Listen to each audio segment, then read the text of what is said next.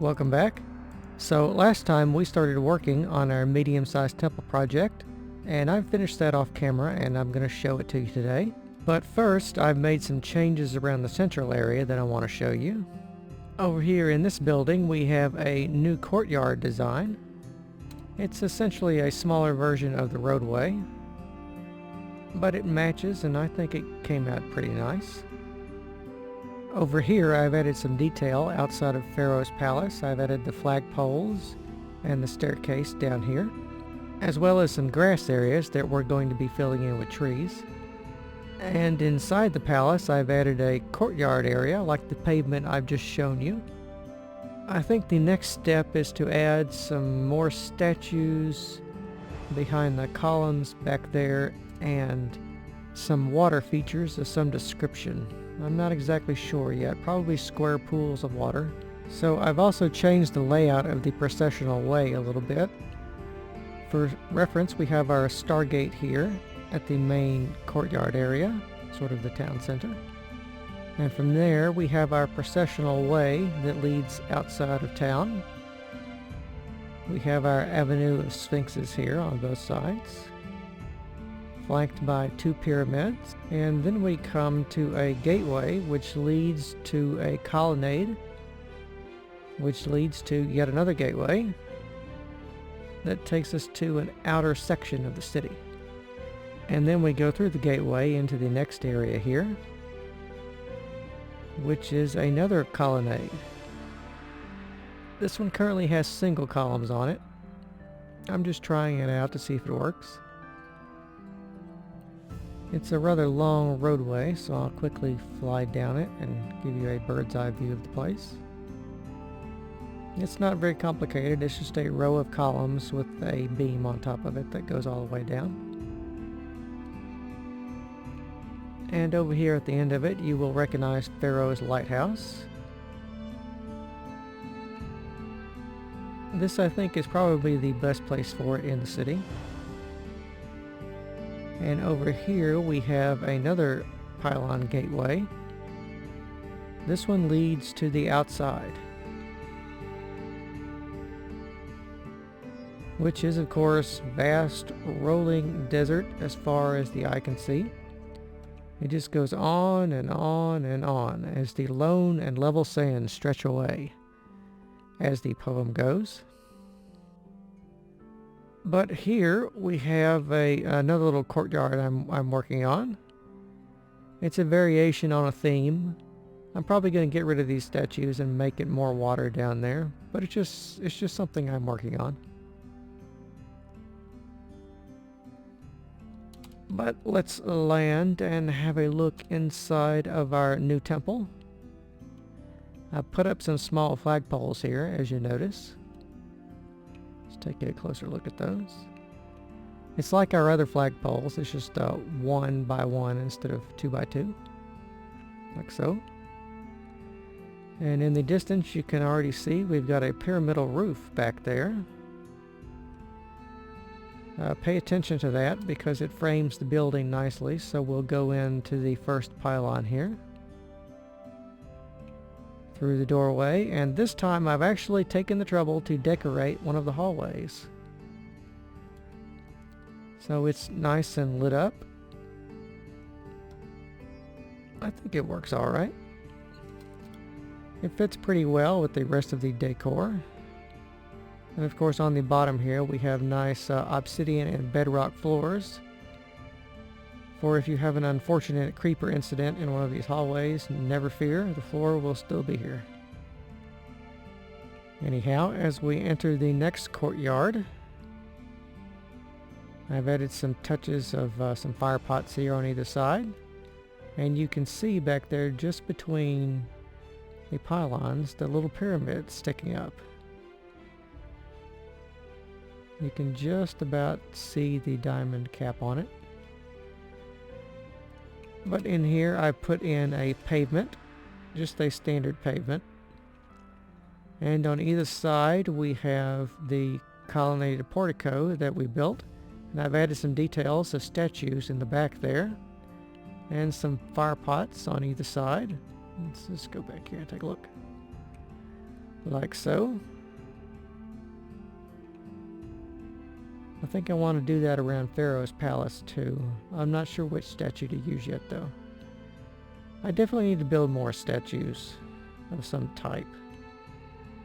We've only got a couple, and I've been using them quite extensively. And here we have a few small obelisk examples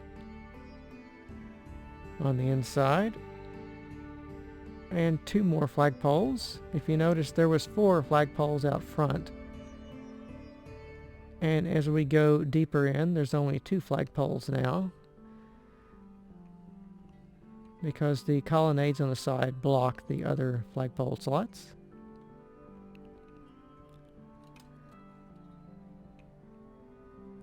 So let's go inside to the next area.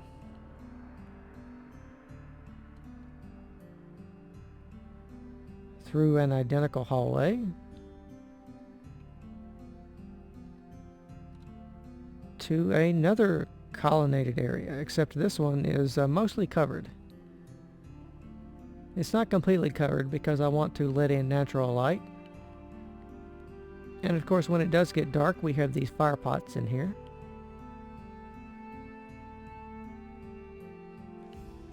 So we have our large fan top columns here with standing pharaoh statues standing on either side.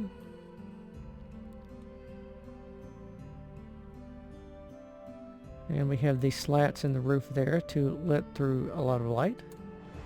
Let's go up here and take a look, and I'll show you how I put this together. It's just columns and a beam that runs across this way, and it's got lintels that lie across the top of them, like so. And that's what the roof looks like. And here is our pyramidion roof over the top of the inner sanctum, which we're just about to go into. If you notice, there is side chambers here, but I haven't done anything with them. I'll just show you the entrances. They're back here. So it's currently just a big empty space. But whenever I decide to come back and finish this off with the fine details, I would put several floors and rooms in here, I think.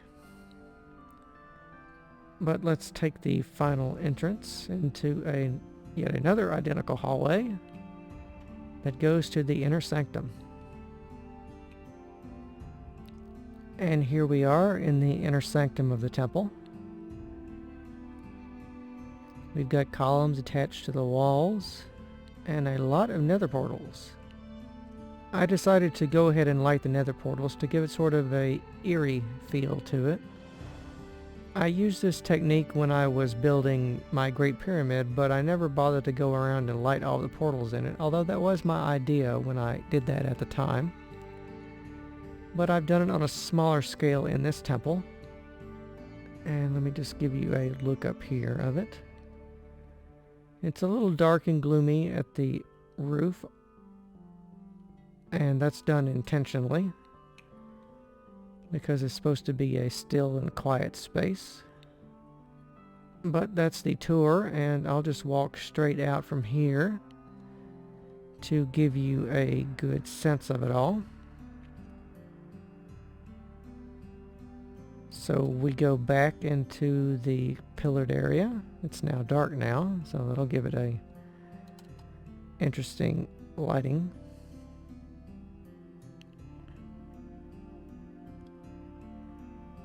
And we're back out into the first courtyard.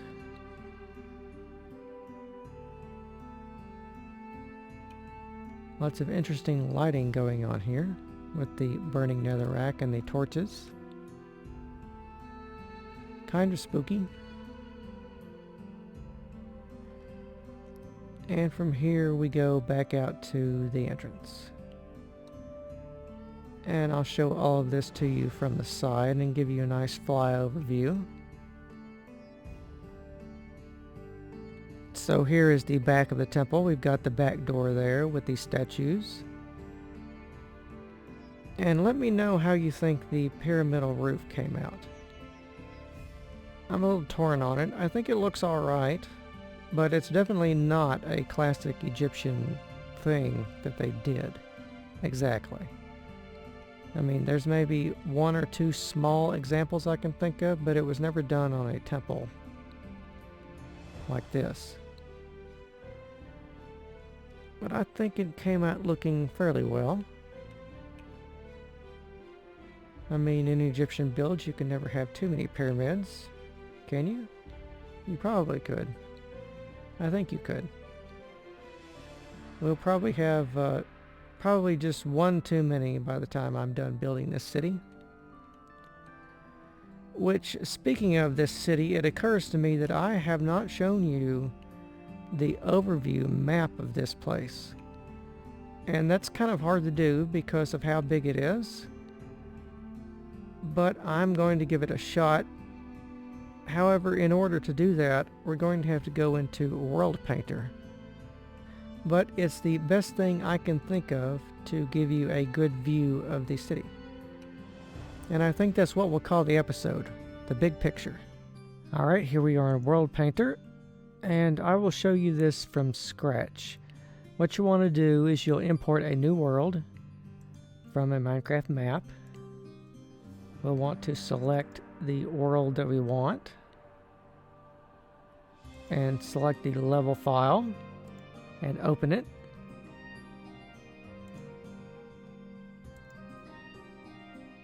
And then wait for it to load. I will of course edit this out so you don't have to wait. And about a minute later, here we are. This is a top-down view of the city. You can see in the middle here we've got our town center. And to the right here we've got Pharaoh's Palace. Over to the left we have the temple. And in the center we have our 3 pyramids. And over here to the upper right we have all the bits and pieces that I use to build things with.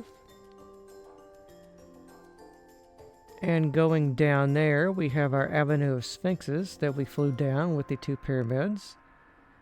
Then the next colonnaded area, the gateway, and then the long obsidian colonnade. You can see Pharaoh's lighthouse here on the left. And here is the medium temple. And beyond that we have desert wasteland that stretches as far as the eye can see. This is all that's been rendered of it so far. But as you can tell with the walls here, the lighthouse and the medium temple are located in a outer district of the city. And this is how I build my cities actually. I will start with a central core and then I will build districts onto them. So let's zoom out a little to the highest magnification. And here you can see the southern district that we were in with the temple. The central district with all the pyramids and mostly everything you've seen. We've got Pharaoh's Palace and the temple are all safely in the center of the city. And we have several outlying districts that I've roughed out with walls. I need to go through and remove the wasteland and just flatten it out with diorite. I've only done that to a couple of districts and started onto it with a few more. But this is currently the general shape of the city. I think there will probably be smaller districts added on to the sides here with lower walls that is exclusively for housing.